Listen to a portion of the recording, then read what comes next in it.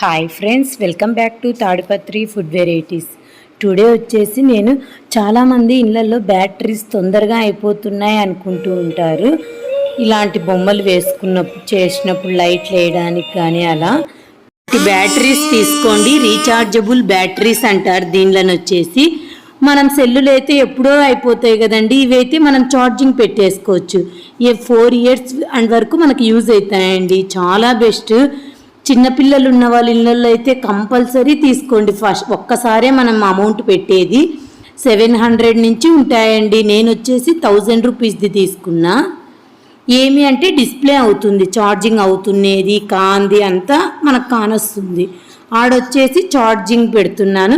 అందులో ఫాస్ట్ కూడా ఇది వర్క్ అవుతుందండి. ఛార్జింగ్ బాగా ఫాస్ట్గా ఉంటుంది, స్టోరేజ్ కూడా బాగా ఉంటుంది.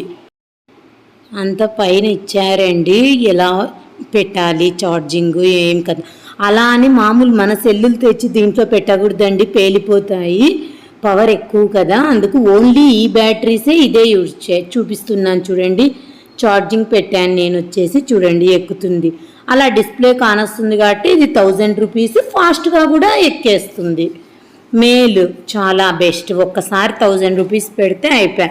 4 years కాకుంటే 3 years అన్నా అట్లీస్ట్ పని చేస్తాయి కదండి. చూడండి, ఇప్పుడు నేను మామూలు బ్యాటరీస్ తీసేసి రీఛార్జబుల్ బ్యాటరీస్ యాడ్ చేస్తున్నాను. ఇవైతే మాకైతే 2 days కూడా రావండి. షీట్ తెస్తే వేస్ట్. అందుకనే మేము ఐడియాతో ఇలా చేసామండి. అందుకే మీ అందరికీ సబ్స్క్రైబర్స్ కూడా తెలియజేయాలని నేను వీడియో తీసి మరీ చూపిస్తున్నాను. ఇప్పుడు నేను ఛార్జింగ్ పెట్టేశాను కదా, అది ఫుల్ అయింది, అందుకు నేను పెడుతున్నాను. చూడండి, రెడీ.